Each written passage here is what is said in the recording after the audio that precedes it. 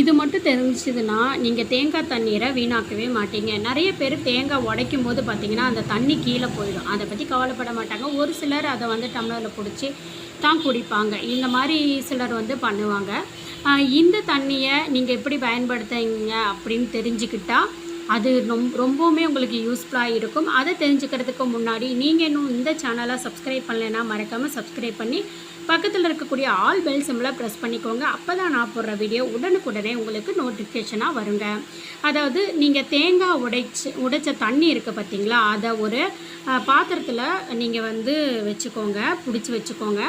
நீங்கள் வந்து ரசம் வைக்கும்போது இந்த தேங்காய் தண்ணியை அந்த ரசத்தோடு நீங்கள் கலந்து ரசம் வைங்க.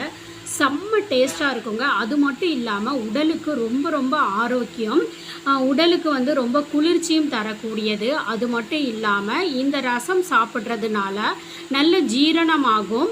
குழந்தைகளிலிருந்து பெரியவங்க வரைக்கும் உடல் வந்து குளிர்ச்சி தன்மை அப்படின்னு அடையும். நிறைய பேர்த்துக்கு உடல் வந்து சூடு இருக்கும், குழந்தைங்களுக்கு வந்து சொல்லவே தெரியாது.